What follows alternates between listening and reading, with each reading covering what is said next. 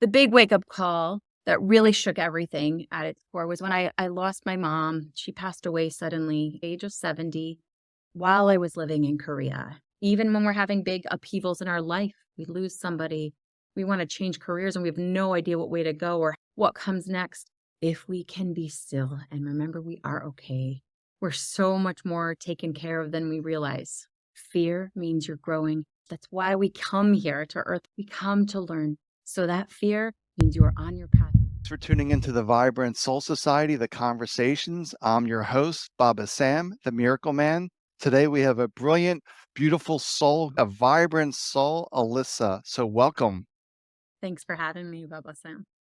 So the real question is, who is Alyssa? I love that because that's an evolving, ever changing answer, right? Depends on the day you ask me. I'm somebody who is still getting to know herself. I'm somebody who is still giving herself permission to be fully herself and accept all the pieces of Alyssa, the ones that are crying on the ground because grief hits her, or the one getting up and motivating herself to try again after a failure. I'm a work in progress. I'm a life purpose and career coach now, if we're talking career version. And I'm also a single mom of 2 girls living in upstate New York. Before you started to discover that there's more to life, before you discover really who you really are, that deeper essence within you, what was life before that when you were constantly struggling? Feel it. When you ask the question, I feel it in my body. What was it like? It was almost like life turned with the volume down. I was going through the motions of going to school, getting the job, showing up, pushing myself to be better, getting married, having the kids, being a good friend. But when I look back on that, I call it my previous life, it's almost like it was muted. The colors were muted. They weren't as bright as they are now. The volume, it wasn't like there was music in the background. It was just more of this muted experience. But after some big changes and shakeups that I allowed myself to go through, after avoiding what I felt in my soul that I should be shaking up for as long as I possibly could, the universe redirected me. And now, though I still have the highs and the lows, the volume's on, so I can really feel like I'm experiencing it. It sounds like you were in the buzzsaw of noise before, and it was just like all this normalcy that we fall into these normal patterns. Then how did the universe create that shift for you? Mm. So in a couple of ways, I love that Oprah quote about when the universe first knocks, and then eventually it's like it bursts through and then the whole wall falls down, right? For me, there were a couple of areas in my life. One was a challenging relationship with my spouse. I was kind of ignoring that because I wanted my children to have the benefit of 2 parents. That was one piece. And the other one was with teaching. I was an educator and I still consider myself an educator. You can't lose that for a really long time. And I was always like, okay, what next? I've done this. Now what's the next bit? What can I try? Eventually, that involved me moving to South Korea and teaching there. That was beautiful and exciting in some ways. In other ways, it still felt like I wasn't quite growing as much as I wanted to. I had that craving to grow and feel like I was contributing more. My wake up call. You want to know my wake up call?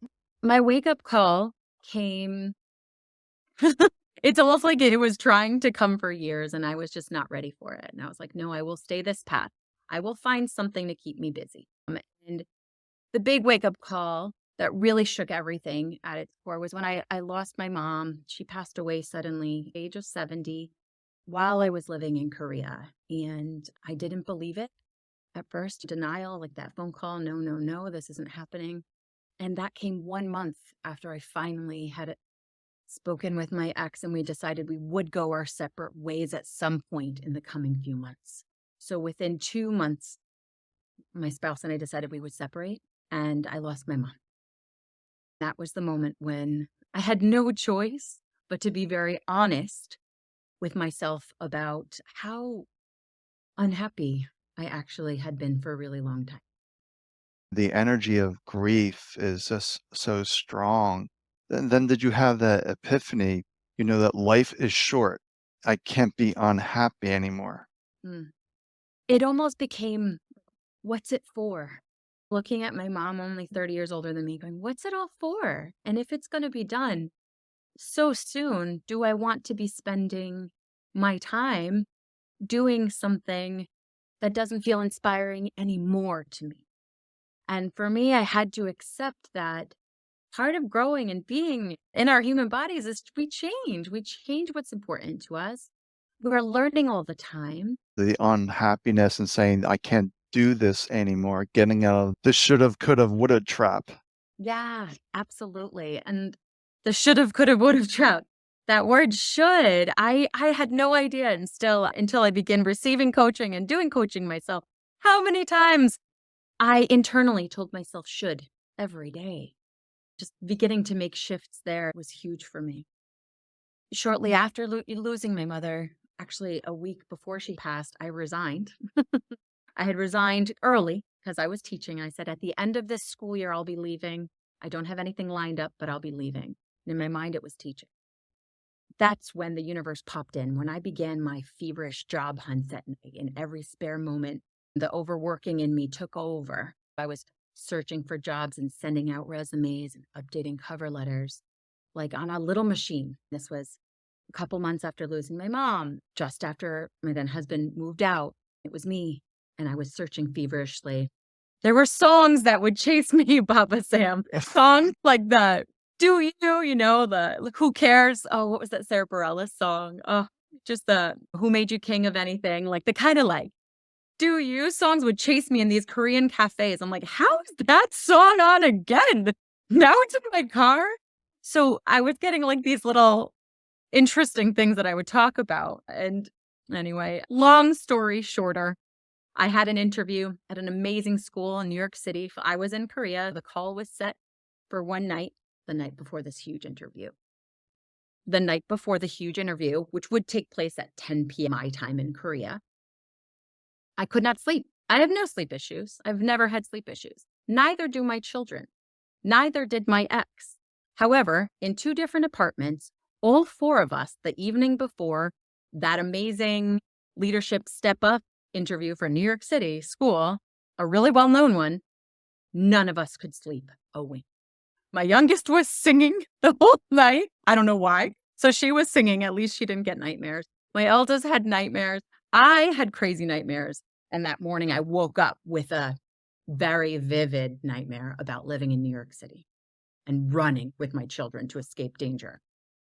So I went to the mirror, Baba Sam, and I looked in the mirror and I said, you have my attention. And I looked up, you have my attention. Is this about the interview coming up today? I have a feeling it is.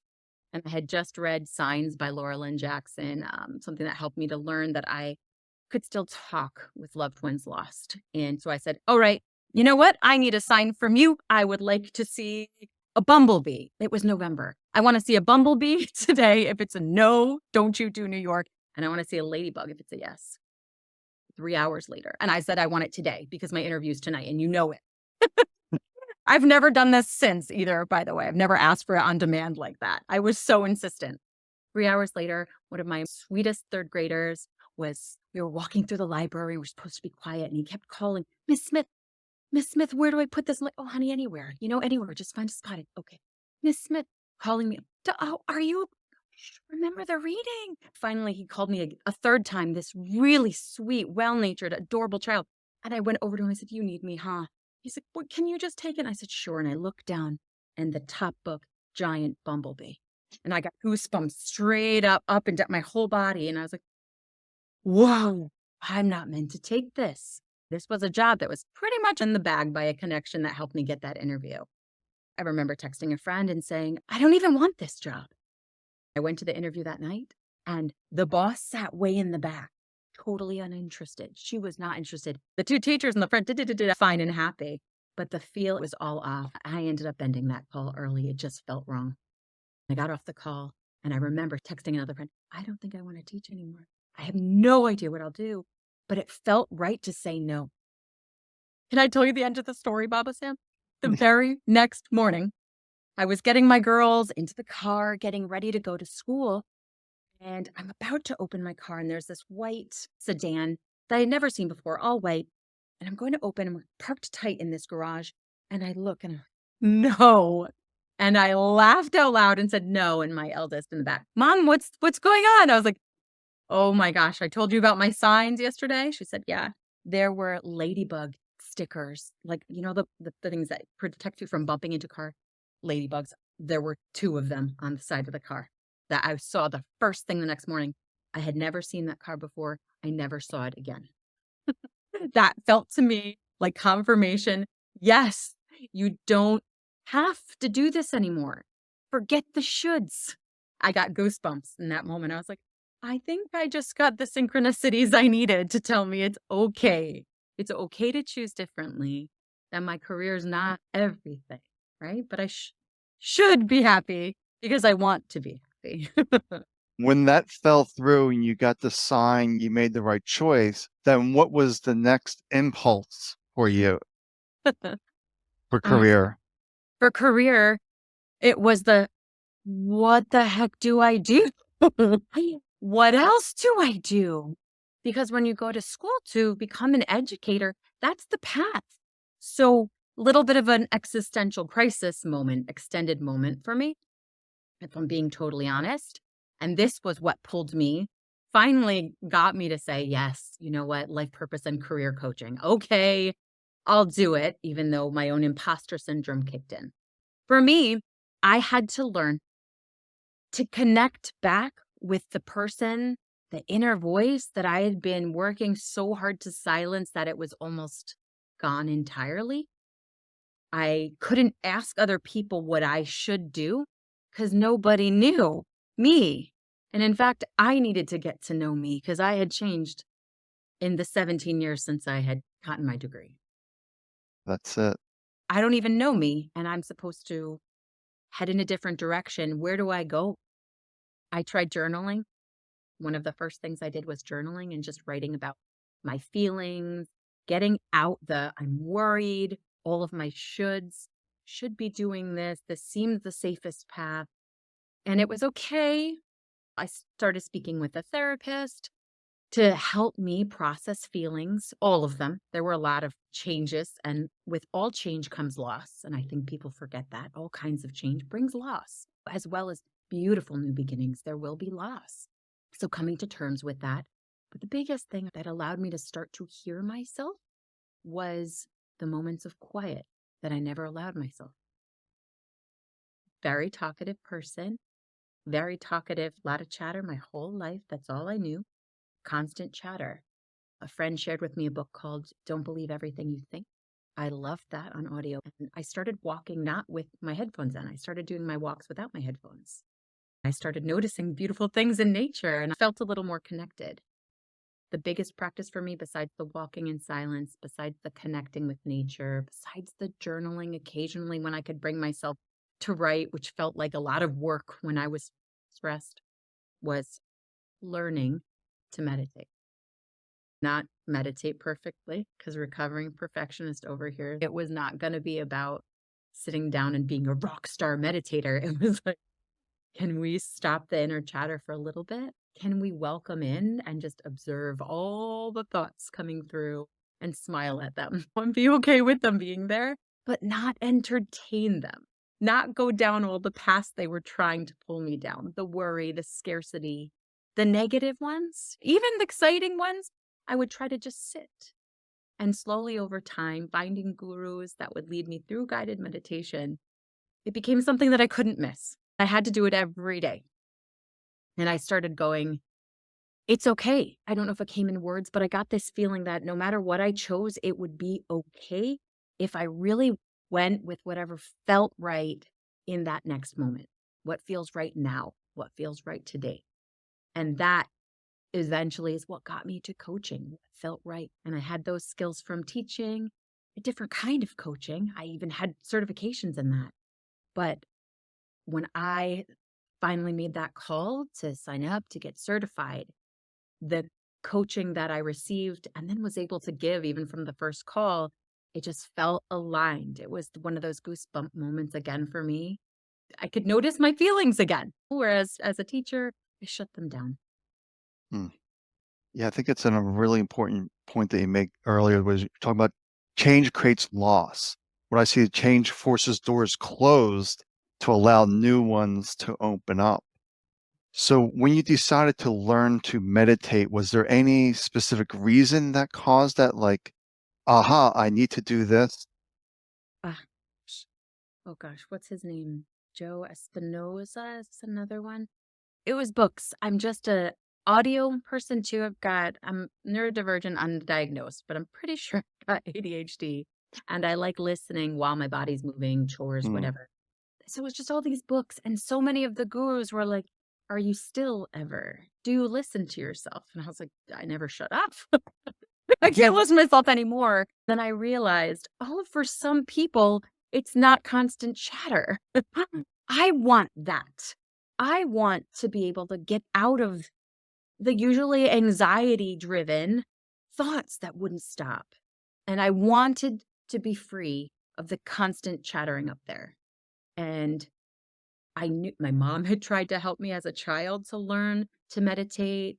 There was a book that she had sent me a year before she passed on my bedside table about learning to meditate and to get in touch with yourself. I had all the tools. I just never wanted it or saw the need until the got pulled out. So I wanted the chatter to stop. Yeah, that was my catalyst as well. I just wanted inner peace because the mind was constantly going, going, going, and you just want it to stop. Meditation's a good way for it to stop or at least slow down, or at least get you to see that you have these thoughts, but you are not your thoughts. Yes. How huge is that, right? And so when the thoughts came in like, "You can't do anything else," I'm like, "That's the silliest thing I've ever heard, but I love you because 'cause you're trying to protect me. So thanks for the thought." Also, it's not true. I don't know what it is yet, but I'm going to start trusting that it's coming to me. And so starting to see synchronicities in my life and asking for other signs, mostly from mom, and learning to visualize and not knowing exactly what I wanted to do, but then I started to go, where do I want to be in the world? Just got this pull for New York, and I wanted mountains by me and green everywhere after being in a city for a while. I ended up exactly there in a house on the top of a mountain, green everywhere. No one needed me in the day, and I had pictured myself writing. As a coach, you do a lot of writing. So it happened, but it started with, what do I want my life to look like? What does Alyssa want to do in her life? Not as, how am I making money and how will I pay the bills? That's part of it, but that's not going to drive me. I could choose any job and pay the bills. I wanted to plan my life out and feel good about being a single mom and being able to show up for my children with my whole heart, with a calm self, with less chatter. What will the other parents think? I didn't want to bring my anxiety. I was already seeing signs in my kids. I didn't want to elevate it. I wanted to be the peace on the outside for my kids that they deserved. You're passing your teachings now to your children? Are you teaching them how to meditate and all those things that your mom was trying to teach you? I've invited them to meditate. A kindergartner's teacher last year did meditations with the class. She would line up her dolls and lead them in meditations in her way. They like yoga. They do better with a little bit of yoga, and there's mindfulness there and breath in there. So that's kind of where they are.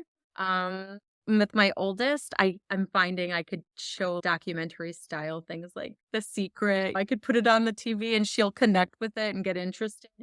So I'm finding my ways in, but I'm not being insistent the way my mom was because I know that's not how people work. She has to want it. She has to be curious herself. So I'm trying to find a way to um nurture her curiosity as it comes up. When she asks for help with her own anxiety, saying, "Let's get curious together. Let's look into this tapping. Let's do this EFT. Let's see if it changes how scared you feel of the dark." That kind of thing. Following their curiosity is what really helps me as a teacher. And it also helps me as a coach too. I love that, follow your curiosity, because curiosity is usually coming from a deeper place. Mm. We don't realize some of it, the chatter is just chatter, but some of it I believe is from our higher selves. Or my girls are very comfortable with the idea of Nana might take care of us or send us a message about how to take care of ourselves. So yeah, 100%. The mind is so busy, we can't hear that deeper voice that is guiding us, lining up the synchronicities. You could have your house on the hill. It was already there. You just had to get the stuff out of the way so it can present itself in this reality that we forget that we are it. Our thoughts create our reality. I know. Isn't it so normal to get caught up in lamenting and complaining about what we don't want? And we know that just brings more of it. We're putting out that order to God, to the universe. And that's something I do with my daughters and help them. Like, let's, that not invalidating, or I don't know how do we say it, not to not validate what my children are saying. Our feelings have to be heard and honored. And then before it spirals into something big, thinking, okay, what would make this feel better? How could we look at this as an opportunity? And playing with that, even with kids, right? This is a learning opportunity. Maybe we can frame it differently. Instead of what we don't want, use that. That's beautiful fuel to start seeing and feeling what you do want. That's really important to get them to focus on the desired outcome as opposed to the current reality. Yes. And it's just so human to get stuck in that because we can connect on our pain. Can't we connect? And we all have it. And so many of us just don't know what to do with it. My mother was a counselor growing up, so I learned a little bit to process. And then Mhm. therapists helped me as an adult through major life changes, realizing the importance of allowing them and feeling them and then moving. 'Cause you don't wanna stay in pain. A lot of people talk about their pain and they commiserate and complain about the pain, which makes it stronger. Yeah, people need both. You need somebody who can hear you, and that's what therapists are great for, to help, to hear you. And certain people in your life are full of compassion and empathy, and you feel validated. If you are validated, you don't need to talk about it as much. It's important that we don't try to stuff it down and power through, which is what many high achieving women and teacher colleagues do. We do it all day long. You get bad news from your family, but in comes your class, you power through, you put on the face. And it's not being processed, it's being built up, but it's still taking that pain, that emotion, and then, moving forward to that, not necessarily staying in that place. To taking it as a signal, not being angry or ashamed of those negative feelings. Your feelings are telling you something. They are messengers from maybe a part of you that's not in your body right now. They're telling you it's time, Alyssa. It's time. Don't resist. Don't think you're stuck. You're not stuck. 'Cause that's a lots of lot of people get into place that, I'm stuck, life is always the same because they have the same thoughts. They need to step away from thought, Yeah. and And that's where meditation or yoga comes in handy. or walking, just walks in nature, if we can bring ourselves to take out the headphones. I love learning so much, but I'm trying to get myself to remove the headphones and say, enjoy the sounds of the birds, the crunch of the gravel, enjoy the sound of your breath, be here. Because a lot of people are not here, they are in this story, and that's what Eckhart Tolle whole teaching is the power of now, is to be here. If you're in the chatter, you're not here. Mm. Most people are not even aware that they're listening right now or sitting. They're caught in the narrative. You mentioned Eckhart Tolle. It reminded me of listening to The Power of Now on audiobooks earlier this summer. We had two emergency room visits for my eldest daughter. I won't go into details, but one was particularly big. I was shaking in shock at the moment it happened, and I was saying, please come get your children now. End of play date now. We were in the car with her. I got her in the car, and I'm driving, and she's behind me holding something. There's a head wound, right? She was doing a good job with her slow breathing. And at one point, she said, Mommy, I'm worried. I corrected myself in the moment. I said to her, remember, you're okay right now. We're okay right now, and we will continue to be okay right now. Say that out loud. And so I could hear her whispering to herself on the way on that car drive. 30 minutes felt like an hour or 5. But she was like, I'm okay right now, and I will continue to be okay. Just realizing she is okay despite the head wound that was gushing. She was okay, Not I'm going to be okay, which so many of us, I think, get a little bit wrong with our mantras. I will get that job. I will get this happiness. It's coming. That's future tense. If you get honest with yourself, You are okay in your present moment. My child with the head wound that had been gushing all over her room was okay. She was okay. That deeper essence within her is okay. That we get caught up in the material world, the body, forgetting that our essence is never touched by the human experience. Mhm. But it's good that you're teaching her that, because if she started to worry and panic, that could make the situation much worse. That could have spiraled into something else. So just reminding her, you're okay. I could be triggered by that too. It's my child. I'm on my own. This was a do or die, Alyssa. It came through me. It was like, nope, we are okay. She is okay. Remind her.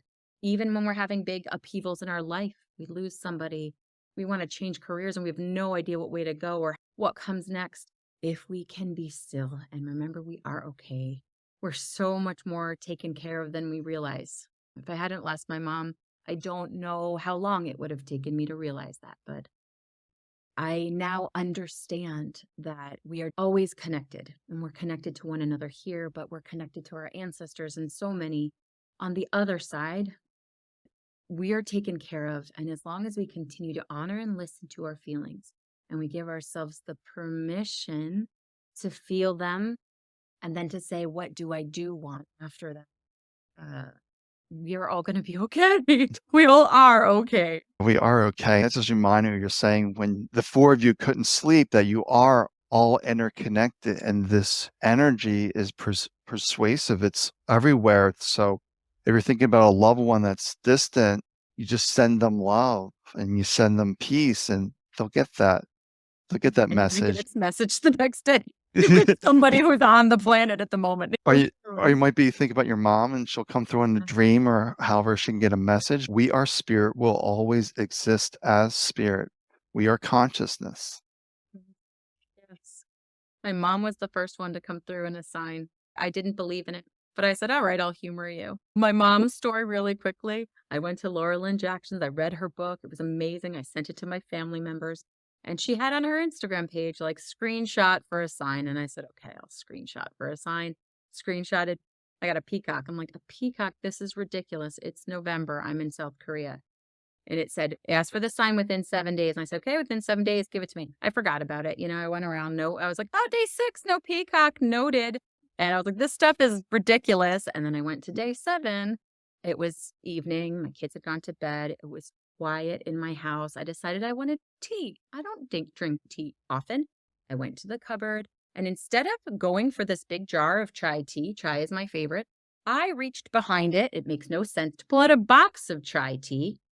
Same thing. Pulled out a box from Trader Joe's. Mom had sent me that box months ago. I put it down. I opened it up. It's a Trader Joe's box, and there's a giant peacock right there. And I was like, are you kidding me? So I ripped that off, and it's in my wallet, and I keep it with me. That was the first one. I'm getting goosebumps telling you right now. I'm like, you are hysterically funny. And I love that you waited till the last day. Made no sense, but there it was. Right, though. All the signs are there. We just have to be open to receive. Most of the Mhm. time, we're not open. We're lost in the stories. And it's all the noise, right? It's all the noise. I was like, wow, maybe I had the feeling, go get the chai. Maybe I'd had that earlier in the week, but I ignored it. It was quiet in my house. There was nothing I was thinking about except for, what do I want right now? What feels good right now? Cup of tea feels good. And that's what I was going to do. So that quiet, it's the bridge. That there are no mistakes. That there's a interesting synchronicity of the universe if we can just slow down, pay attention. How am I feeling within, or maybe even journaling if you don't have a practice to hear? Yeah. There's so much out there about journaling, but just brain dump, get it out there. You're going to start to get messages from yourself through your your pen. That's the important thing to read, because somebody told me to journal on my early journey, but they said, don't read it. It's all ego stuff. But when Mm, when I wrote my first book, I was like, well, let me go back to my journals. And I was reading through them, and there was profound wisdom in there that I wouldn't normally say. yeah, you were getting downloads from yourself. Where are you? Where are others? Right? The I universe. wasn't paying attention to that because someone Right? said, just journal and forget about ego dumping. It's like, Yeah. no, journal, read it back, and let go of all the ego stuff and look for stuff that you normally would not say that was way beyond where you were in that moment. Right. And like not your voice, not your tone, right? Using words you don't normally use. Yeah, it's so true. I love that. So journaling helped you too. That's fantastic. Yeah, but for me, journaling at that time was just ego dumping. I wasn't paying attention to it. But I Mhm. kept a journal, so when I wrote the first book, I was like, "Oh." But I was a quick learner, though. That's the thing. I discovered within a week that I had thoughts, but I wasn't my thoughts. If I Yeah. wasn't my Wow. if I wasn't my thoughts, who am I? Then I Mm. heard a voice say, "Perfect spirit." I'm like, "That's it. I'm spirit, you're spirit, everyone is spirit." Then I knew all is well. I knew my health Mm. challenges were over, and they were. What an incredible story. I've got to read the book now. Yeah, so that's the first book. We just need to get off the should've, could've, would've wheel, and what is the real you, the deeper essence pointing you forward? It's always illuminating your path, but we get lost. Because we're so insistent, our logical mind and our ego mind, we want to make sure we succeed. So we want to see all of the steps, but that's the way it works, is it? Got our vision there, and we do a little bit of trusting, right? In ourselves and the universe. We take one step at a time and we make sure with each step we test it. Is this feeling great? This still feels aligned. And doing that, we figure it out. We really do. It's we figure it out, you know? That's a really important key that most people don't realize. Am I feeling good in this moment? Feeling good means you're aligned. Yep. If you're feeling stressed, anxious about something you're doing, it's not your path. Yep. Or we're forcing, right? It's a great opportunity to think, what am I missing? That's when I go to my journal. Because for meditating, sometimes things come to me, but I feel like I miss some things. So if I have a what am I missing moment, I sit and I meditate for a moment and then I pick up my pen and I see what comes out. You'll be surprised what comes out. If we spoke to any of our friends, they'd be like, well, maybe you should try something different if that's not working, you Right. know? And I really think that's the job or the duty, if you will, of coaches, of teachers, is Mm. to help point you back to yourself and your own insight. Or the mirror, right? Sometimes we don't hear it. We don't understand what's going on up here until it comes out here. And sometimes we also need that to be mirrored back to us. Alyssa, did you hear that you said should 16 times in the last 25 minutes? No. Oh my goodness. Can you strike that from your vocabulary and try to say want instead? That is something I use all the time with clients. It's so empowering, right? And it directs you back to you. That's the whole point, that no one can save you except you. And that took me a long time to figure out. It's scary at first, right? But then we realize it has to be me to decide I will save myself from this circumstance that I'm calling my life, right? This is a piece of it, but I'm deciding to change this piece. And I can ask for help. No matter what I believe in, I can just ask for help and look at the sky and just say, please, if there's anything out there, can you help?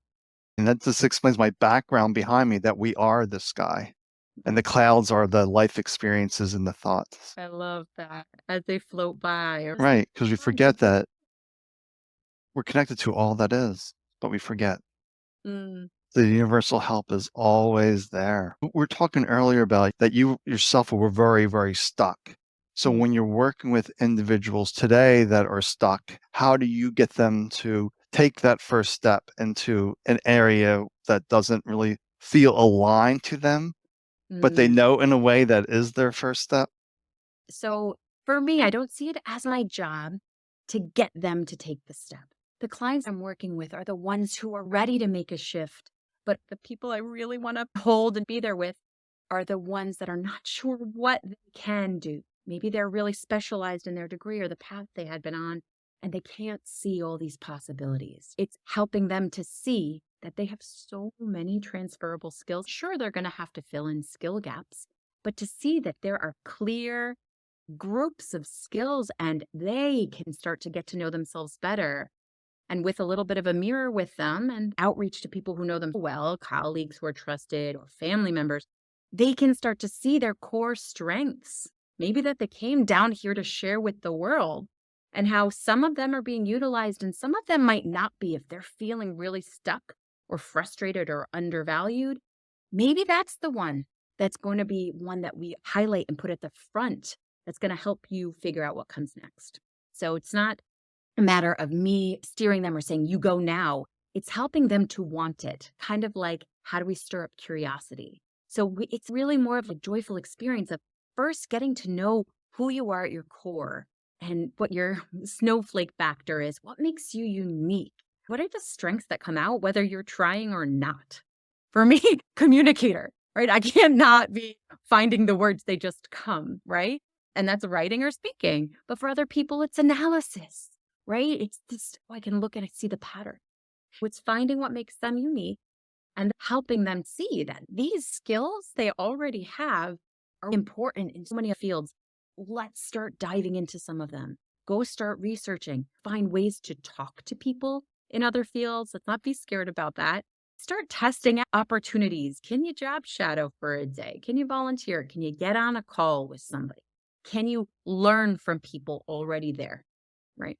So getting in touch with themselves, realizing, oh my goodness, I have so many more skills than I recognized, and lining that up with what they feel like they were missing. I don't want this anymore. Great. You need to be not on a giant team. Great. So we need a smaller organization for you, right? Or, oh, I'm chained to these hours. You need a little more autonomy. Okay. So maybe a little consulting is going to scratch that itch. So getting creative and helping them to notice their negotiables, non negotiables, their strengths, and then how they can in some way find a way to serve others. Because I think underneath so much of the dissatisfaction with career paths I'm seeing, if you feel like you can't connect with others and serve others in some way, whether it's in your personal life, your career, vocation, whatever it is. You give them some kind of tools after having confidence issues, uncertainty to move through those areas? Yes, absolutely. And it's really highly individualized, but some really have imposter syndrome. We all experience it. That just means we're doing something new. It comes to everybody because we care. Means you care about the quality of what you're putting out there. That's fantastic. Let's welcome it. Let's flip our mindset about the fear that's coming. Let's say, I see you, you're keeping me safe, brain, and I'm doing this because here's my why. Here's what I want. Here are the values that are now important to me that when I was maybe 22 and I took that job that I've grown in for a long time, they're not as important to me now. They're there, but I have different core values. And the final piece is just knocking out these beliefs that we don't recognize as beliefs. We hear them in our mind as truths about the way the world is, about the way we are, about the path we're supposed to be on, and starting to just poke little holes in those theories.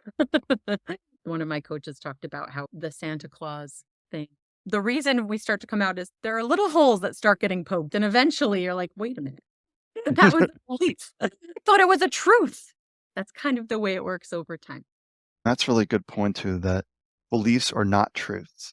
They're Mhm. always evolving and changing as we grow. 100%. Been a very good conversation here. But we wrap up for today. Is there any kind of nugget of wisdom you would leave with someone watching or listening today? If you're having feelings of doubt about making a change and you're connecting that with the doubt I'm feeling about this next change that I'm ready for, welcome the doubt. It's probably just your brain trying to keep you safe on the trusted path that's going to get you the quickest meal. Expect the fear to come, but if you know you're making decisions that are aligned with what you value right now, welcome the fear along and say, I'm going to prove to you that it's going to be okay. And we'll figure it out along the way. Mm, that's beautiful. Yeah. Really instill that confidence within them that change is fearful. It can be a little anxiety ridden.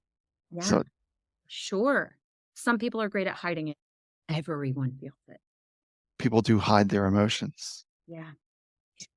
Fear means you're growing. That's why we come here to Earth. We come to learn. So that fear means you are on your path. You are growing. Heck yeah. And do it anyway. All right. That's a great point to leave on today. So thanks for joining the conversation. I'll put all your details below and people can reach out to you and get onto their preferred path in life. Let's go live your life. Thanks so much. It's been a pleasure.